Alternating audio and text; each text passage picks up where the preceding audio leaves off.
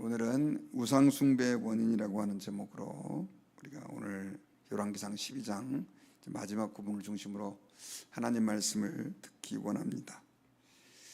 구약 성경을 읽다 보면 좀 이렇게 납득이 가지 않는 게 많은데, 이스라엘 백성들이 그렇게 하나님의 놀라운 능력을 경험하고도 자꾸만 우상숭배에 빠지게 된다는 것이죠. 성경을 읽다 보면 어떻게 이렇게 하나님의 능력을 보고도 금송아지를 섬기고 또 바알을 섬길 수 있을까 하는 의문이 이렇게 많이 듭니다. 제가 한 번은 하도 성경을 읽다 궁금해서 그 구약 이렇게 신약학자인데요, 그분이 달라스에 오셨을 때 제가 한번 물어봤어요. 도대체 왜 그렇게 하나님의 능력을 맛보고 주님의 기적을 체험한 사람들이 그렇게 바알에 가서 제사를 드리고 그들의 그 악한 습성을 따라서 행동을 하게 됩니까? 라고 물었더니 그분이 한마디로 딱 그러시더라고요. 그게 인간입니다. 이렇게 얘기하더라고요. 우리 인간에게는 우상숭배 그러면 굉장히 거리가 먼 것 같지만 우상숭배를 하려고 하는 그런 습성들이 있습니다. 특별히 우상숭배 그러면 우리는 뭐 그냥 어떤 요즘 말하면 이제 불교의 불상을 만들어 놓고 절을 한다든가, 돌로 만든 석상을 갖다 놓고 절을 한다든가, 또 나무로 뭔가를 만들어서 거기에 절한다는 것만 생각하지만, 사실 우상숭배의 본질은 물론 이제 그것은 형태적으로 나타나는 거고요, 본질은 하나님이 아닌 다른 것으로 내 마음을 채우려 하고 또 그것을 의지하는 행동이다라고 말할 수 있는 것이죠.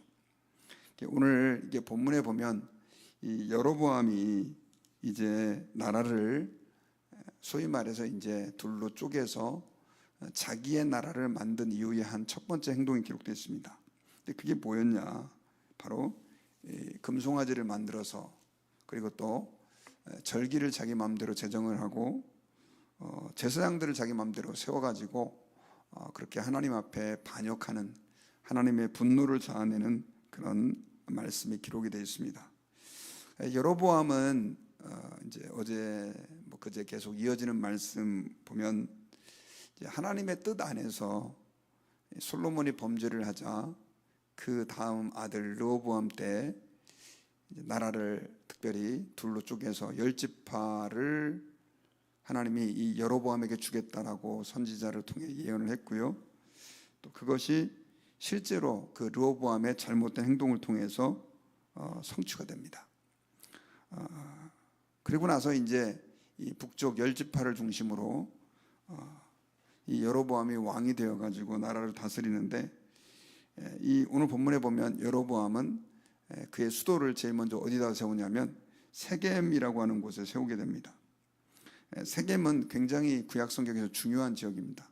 왜냐하면 아브라함이 갈대아 우르를 떠나서 제일 먼저 도착한 지역이 세겜이고요, 그리고 또 그 옆에다가 이제 분우엘을 짓는데, 분우엘은 아마 세겜을 보호하기 위해서 위성 도시 같이 이렇게 지은 것 같아요. 그래서 그곳을 중심으로 자기가 이제 왕권을 행사해 나갑니다.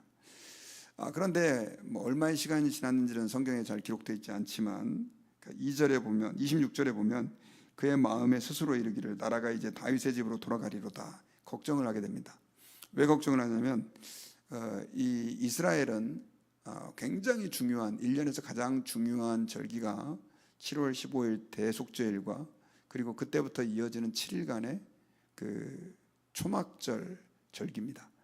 그래서 이때는 이스라엘에 있는 모든 사람들이 다 이 예루살렘으로 와서 거기서 하나님께 속죄절기의 제사를 지내야 되고요, 또 거기서 초막절을 지내야 되는 어떤 그런 굉장히 중요한 행사입니다. 그러다 보니까 이 여로보암이 생각할 때 걱정이 된 거죠. 만약에 이렇게 나라가 이제 지금 10지파를 중심으로 형성이 됐는데 그 백성들이 다시 옛날에 그 하던 관습대로 예루살렘에 올라가 가지고 성전에 가서 제사를 드린다고 한다면 분명히 그 백성들은 자기를 죽이고 우리의 이 영적 중심지는 예루살렘이구나, 해가지고 다시 말 그대로 르호보암에게 나라를 갖다 바칠 것을 두려워한 것이죠. 그래가지고 이 여로보암이 어떤 생각을 하게 되냐면요, 27절에 보면 만일 이 백성이 예루살렘에 있는 여호와의 성전에 제사를 드리고자 하여 올라가면 이 백성의 마음이 유다 왕된 그들의 주 여로보암에게 돌아가서 나를 죽이고 유다의 왕 르호보암에게로 돌아가리라 하고, 28절에 보면 이제 계획을 세웁니다. 금송아지를 2마리 만듭니다. 굉장히 큰 규모로 금송아지를 만든 것 같아요. 만들어서 하나는 어디다가 두냐면 베델에다가 둡니다. 그리고 또 하나는 단에다가 두는데, 왜 두 곳에다 세웠냐면 이 베델은 이 남쪽 유다와 이 북쪽은 보통 이제 이스라엘이라고 부릅니다. 남쪽은 유다라고 부르고요. 이 북쪽 이스라엘과 남쪽 유다의 경계선에 있는 곳이 어디냐? 베델입니다. 그리고 베델은 야곱이 하나님의 그 놀라운 은혜를 입었던 곳입니다. 제단을 창세기부터 쌓아가지고 소위 말하면 영적 중심지죠. 좀 우리나라 표현으로 말한다면 이상하지만 그 한국의 그 계룡산 그러면 그 이미지가 있잖아요. 유명한 무당들 또 무슨 영적 중심지가 뭐 계룡산 뭐 이렇게 있는 것처럼, 제가 계룡산에서 한 20년 수도하다 왔습니다 그러면 뭔가 있는 것처럼 사람들이 생각하는 것처럼, 그 베델이 이렇게 이스라엘에게 있어서는 상당히 그런 영적인 의미가 있는 곳이었습니다. 그래서 그곳에다가 금송아지를 만들어 놓고요. 또 하나는 단에다가 세웠는데, 단은 북쪽 그 이스라엘의 끝 경계선입니다. 그러니까 이제 우리나라로 말한다고 한다면 참 상황이 비슷한 게 많아요. 우리나라도 남과 북이 갈라졌잖아요. 지금 이렇게 뭐죠, 이렇게 가장 북한에서 남한에서 가까운 곳이 도시가 이제 개성이잖아요. 근데 베델은 훨씬 더 가까운 곳이었습니다. 어떻든 그런 쪽이고, 그리고 쫙 그다음에 북쪽 끝에다가 우상을 금송아지를 둘 다 만들어 놓고, 그리고 사람들로 하여금 뭐라고 얘기를 했냐면 이 송아지가 너희들을 애굽 땅에서 인도하여 올린 신들이다라고 얘기를 합니다. 그리고 사람들로 하여금 그곳에 가서 경배하게 하고요. 그리고 또 예배를 드리려고 그러면 제사장이 필요하잖아요. 그런데 문제는 이제 제사장들은 다 유다에 머물러 있는 거예요. 레위지파 중심으로. 그러다 보니까 이 여로보암이 자기 마음대로 제사장을 임명한 거예요. 레위 자손이 아닌 보통 백성으로 제사장을 마음대로 뽑은 겁니다. 이것은 구약 성경에 의하면 말도 안 되는 행동이었죠. 이방 종교와 똑같아지는 그런 행동이었는데 지금 그런 짓을 저지릅니다. 그리고 또 뭘 얘기하냐면, 원래 이스라엘의 절기는 7월 15일 날이 대속절입니다. 이건 이제 유대력이에요. 오늘날 7월 15일은 아닙니다. 그런데 이 여로보암은 8월 15일을 절기로 정합니다. 8월 15일을 절기로 정해가지고 그리고 제사장들을 세우고 금송아지를 만들어가지고 백성들로 하여금 우리는 이제 베델과 단에서 하나님을 예배하자, 이렇게 정하게 된 것이죠. 자, 우리가 여기서 좀 주목할 게 있어요. 그게 뭐냐면 28절에 보면 이렇게 여로보암이 얘기를 합니다. 이에 계획하고 2 금송아지를 만들고 무리에게 말하기를 너희가 다시는 예루살렘에 올라갈 것이 없도다. 이스라엘아, 이는 너희를 애굽 땅에서 인도하여 올린 너희의 신들이다 라고 얘기를 해요. 금송아지를 소위 말해서 우리 하나님 여호와 하나님이다 라고 얘기를 한 겁니다. 사실 여로보암은 다른 신을 섬긴 게 아니에요. 그는 하나님 여호와, 그 하나님을 섬기려고 금송아지를 만들어 놓은 거예요. 근데 이게 공통점이 있습니다. 뭐하고 비슷하냐면, 이 모세가 십계명을 받기 위해서 40일 동안 시내산에서 있게 되잖아요. 아무리 기다려도 백성들이 이 모세가 내려오지 않자 아론에게 찾아갑니다. 그러면서 우리를 인도할 신을 만들어라. 그래서 이 아론이 무슨 짓을 하냐면 백성들에게 다 금을 가져오라고 합니다. 그리고 그걸 가지고 금송아지를 만들죠. 근데 그 금송아지를 가지고 이 백성들이 우리 하나님이 여호와라고 하면서 그 금송아지를 찬양하고 거기서 제사를 지내고 예배를 드리죠. 자, 이 일로 이제 하나님은 엄청 분노하셨는데, 여러분 그 북쪽 이스라엘이 사실은 그렇게 계속해서 문제가 일어나고 또 하나님의 심판이 되고, 결국은 이제 현대는 우리가 이 이스라엘을 뭐라고 부르냐면 유대인이다 이렇게 부르는 이유가 뭐냐면요, 이 여로보암을 중심으로 분열된 이 나라는 결국 아수르에 의해 남쪽 유대보다 훨씬 더 먼저 멸망하고, 그리고 그 아수르의 그 혼혈 정책으로 인해 가지고 결국 그 민족 자체가 다 없어져 버립니다. 외국인하고 섞여 버린 것이죠. 예수님 때는 이제 그 사마리아를 중심으로 그래도 그 어떤 신앙의 뿌리가 조금이라도 이어져 왔는데, 거의 이방 나라와 비슷한 그런 나라가 돼버렸는데, 그 근본적인 원인이 어디 있었냐? 바로 이 여로보암을 중심으로 행해졌던 우상 숭배 때문이다라고 하는 것이죠. 안타까운 이야기입니다. 그런데 오늘 우리가 이 새벽에 이제 좀 기도 제목으로 삼기를 원하는 것은 뭐냐면, 이 우상 숭배가 오늘날 우리하고는 좀 이렇게 별로 이렇게 가까운 이야기처럼 들리지 않잖아요.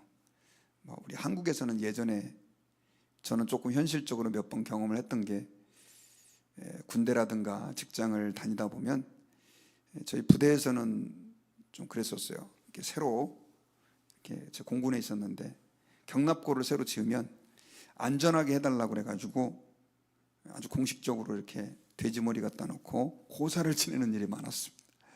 저 어렸을 때 시골에서는 아주 어릴 때니까 이렇게 사람들이 1년에 한 번씩 뭐 몇 번씩 무슨 일이 있을 때마다 마을의 안전과 평안을 위해서 돼지머리 갖다 놓고 고사를 지내고 근데 요즘에는 뭐 이제 그런 일 거의 없죠. 그리고 뭐 옛날에 또 제사를 지내야 된다든가 뭐 이런 어떤 것들이 예전엔 좀 있었는데, 요즘에는 좀 별로 이제 거의 뭐 기독교 문화가 정착이 한국에도 많이 되고 해서 큰 문제가 없는데, 그래서 이제 사람들은 우상 숭배를 그런 쪽으로만 생각하는데, 그러나 성경을 좀 자세히 들여다보면요, 우상 숭배다라고 하는 것은 사실은 그렇게 어떤 뭐 미신들에게 절을 한다던가 형상을 갖다 놓고 절하는 것에만 해당되지 않습니다. 성경에서 말하는 우상 숭배는 조금 더 본질적으로 뭘 얘기하고 있냐면, 하나님 외에 다른 신을 섬기는 것입니다. 십계명의 1계명에 보면 나 외에는 다른 신을 내게 있게 말지니라 이렇게 말씀을 했고요, 2계명은 너를 위하여 어떤 하늘의 형상이든지 땅의 형상이든지 바다의 형상이든지 새의 형상이든지 만들어 섬기며 절하지 말아라 라고 말하고 있죠. 자, 하나님 앞에서 이 우상숭배라고 하는 것은 물론 어떤 형상을 만들어서 절하는 형태로도 나타나지만, 조금 더 근본적인 원인은 뭐냐면요, 사람들이 하나님을 자기의 주로 섬기는 것이 아니라 도구로 삼기 위해서 하는 행위가 바로 뭐냐, 이 우상숭배다라고 할 수 있는 거죠. 조금 더 쉽게 말하면 내가 하나님보다 더 의지하는 것, 이것이 우상숭배가 될 수 있다는 것입니다. 그리고 하나님을 나의 욕망을 위하여 어떤 보이는 형태로 만드는 것들, 이게 우상숭배라는 거죠. 그래서 오늘 이 본문에도 보면 여로보암이 금송아지를 만들어줬잖아요. 여호와 하나님을 섬기고 이미 율법을 가지고 있었던 사람들이 금송아지를 섬길 수 있었을까? 우리는 의심이 되지만 역사학자들에 의하면요, 상당히 그건 타당한 이유가 있었다고 합니다. 왜냐하면 소는 하나님께 드리는 제물이었잖아요. 그리고 이 고대 문화에는 소가 굉장히 우리 인간에게 큰 도움을 주고 있습니다. 그래서 농사를 지을 때라든가 또 고기를 사람들이 먹을 수도 있고, 그래서 지금도 인도 같은 경우는 소를 도살할 수 없어요. 소를 신이라고 얘기를 합니다. 우리나라도 이렇게 어렸을 때만 해도 제가 이 소를 굉장히 신성시 여겼던 것 같아요. 직접 제사를 지내고 그러진 않았지만 어떻든 이 소는 그 집안의 버팀목과 같은 역할을 했어요. 그런데 특별히 성경 시대에는 그 소가 하나님 앞에 희생제물로 쓰이는 경우가 많았고요. 그리고 더더군다나 솔로몬의 성전에서 이스라엘 백성들이 그 성전에 들어갔을 때 그 가운데 어마어마하게 큰 바다라고 불리는 이제 성막에는 물두멍이죠. 제사장들이 이렇게 자기의 손과 발을 씻어서 정결케 하는 그 바다를 받치고 있는 게 뭐냐? 12마리의 소입니다.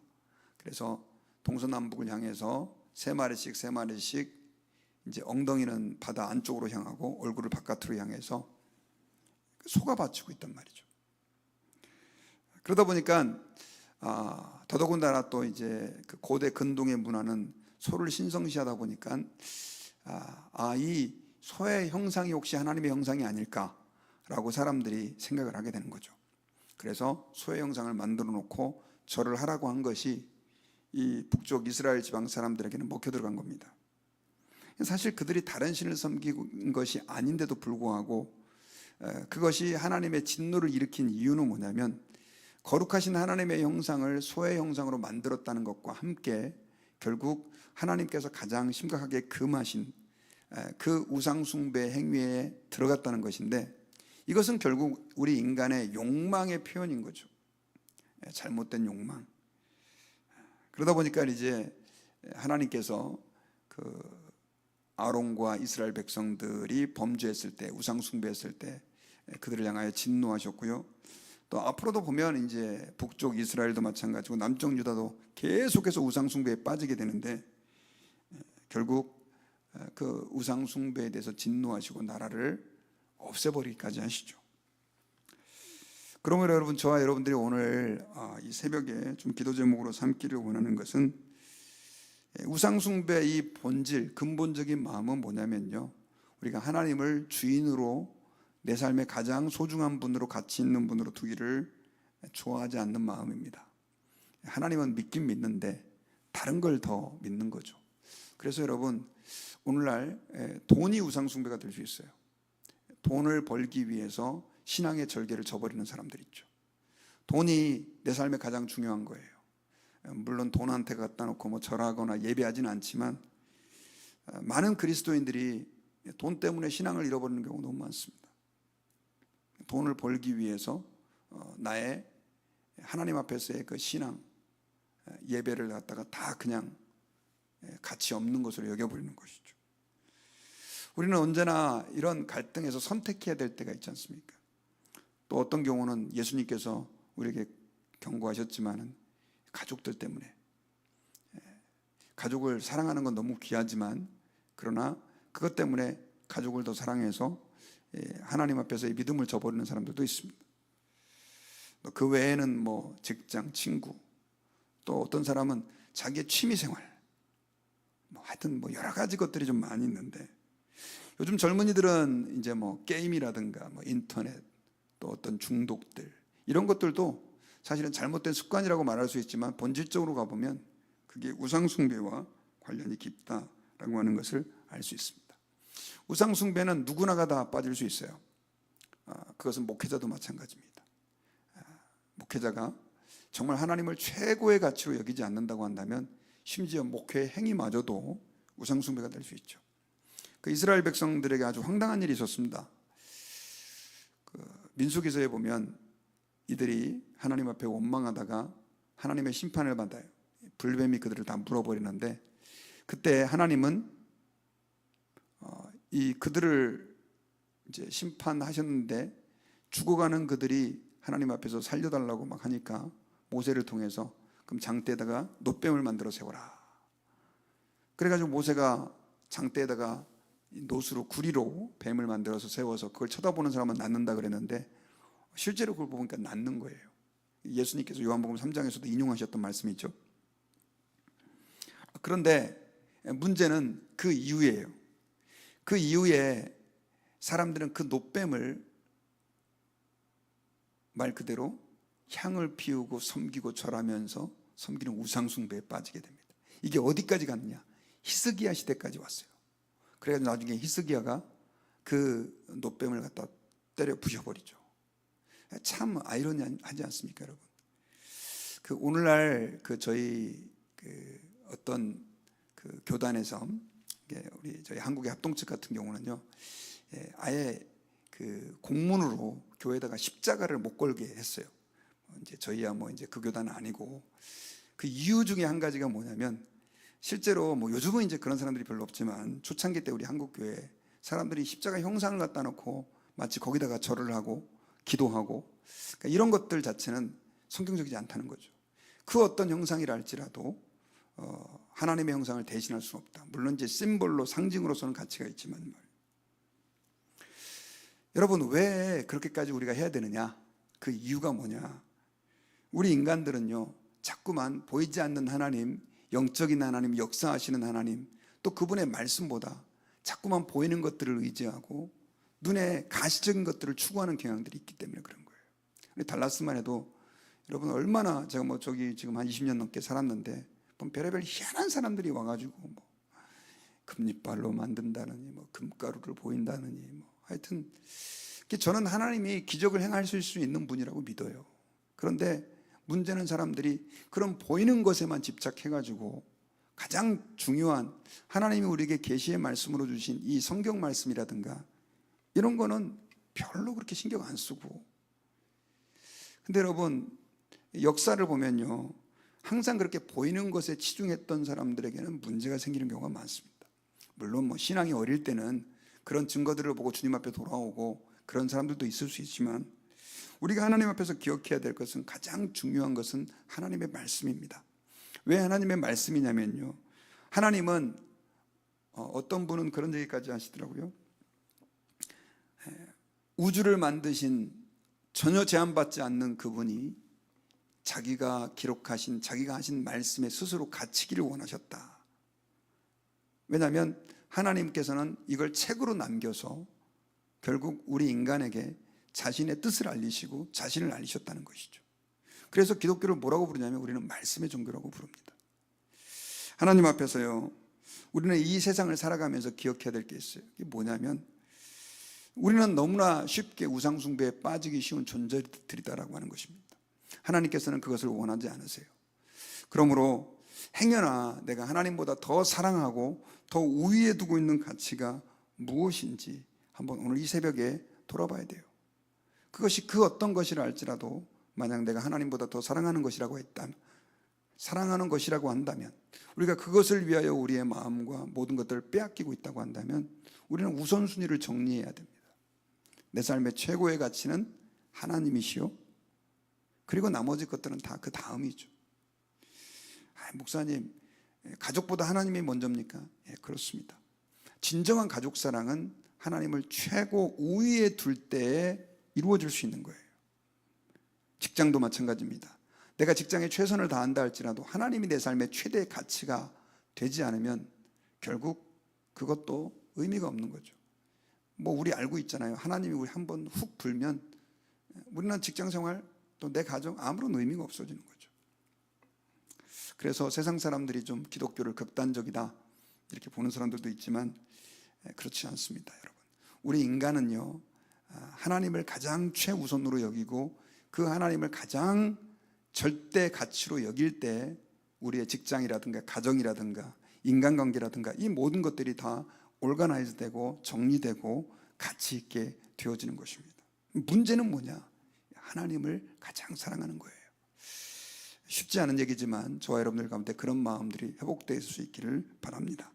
저는 말씀의 결론을 맺겠습니다. 오늘 본문에 나오는 이 여로보암, 그는 선지자의 예언을 통해서 옷을 12조각 가운데 10조각을 찢어서 그에게 주면서 네가 솔로몬으로부터 나라를 찢어서 받을 거다라고 하는 예언을 받아서 왕이 됐습니다. 그리고 그에게 예언까지 했어요. 네가 하나님 말씀을 경외하면 내가 네 나라를 길게 해주겠다. 그런데 그는 왕이 되자마자 두려워하여 그 백성들이 예루살렘으로 가는 걸 염려해가지고 결국 베델과 단에 금송아지를 만들어 놓고 자기 마음대로 제사장을 세워서 하나님의 말씀에 거스리며 우상 숭배하는 행위에 빠져들어갑니다. 이 여로보암의 모습은요, 먼 오래전의 이야기만이 아니라 오늘날 우리에게도 적용될 수 있는 얘기예요. 우리는 하나님을 전적으로 의지하고 말씀을 의지하기보다도 인간의 방법을 혹은 세상에 어떤 힘 있는 것들을 의지하려고 하는 경향들이 있습니다. 혹시 우리가 그런 마음은 없는가 좀 돌아보시고 하나님 앞에서 오직 주님만이 내 삶의 최고의 가치입니다. 비록 이 세상을 내가 내 힘으로 살아갈 수 없습니다. 주님만 내가 의지합니다 하는 고백이 저와 여러분들에게 있기를 주님의 이름으로 축원합니다.